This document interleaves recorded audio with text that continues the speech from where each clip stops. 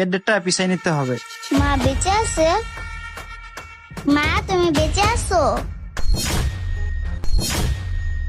কি ব্যাপার রুনা, ও তোমাকে মা কেন বলতেছে? এই তুমি এসব কি বাজে কথা বলতেছো? ও তোমার মা হবে কেন? আঙ্কেল আমি মিথ্যা বলবো কেন? সে তো আমার মা। আরে এই বুঝতে পারতেছিস না আমি তো তোর মা না। না না আমি মিথ্যা বলবো কেন? তুমি তো আমার মা। মা বাবা আমাকে তোমার ছবি দেখাইছিল, তুমি তো আমার মা। এই তুই কি বুঝতে পারতেছিস না আমি তোকে কতবার বলবো যে আমি তোর মা না? জীবন এখানে দাঁড়িয়ে কেন সময় নষ্ট করতেছো? চলো আমরা এখান থেকে যাই, আমি এখানে চা খাবো না। আচ্ছা ঠিক আছে চলো। এই যে দাঁড়ান, তোমার নাম রুনা না? রুনা?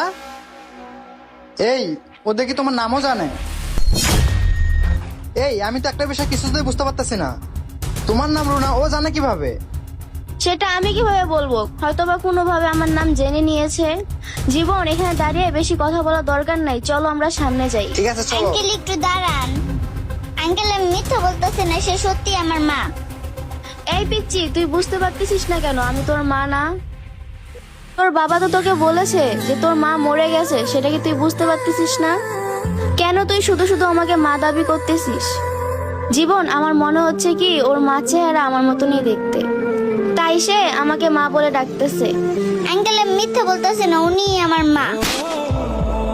আর একবার যদি তুই আমাকে মা বলে ডাকছিস না, তাহলে ওই দোকান থেকে গরম চা এনে তোর মুখে ঢালে দিব, বুঝতে পারছস? আর এই জীবন এই টুকার বাচ্চার কি সব কথা শুনতেছো?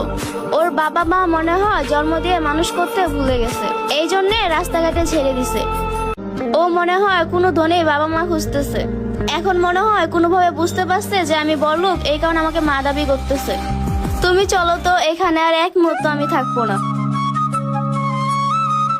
মা কেন তার পরিচয় আমাকে দিল না?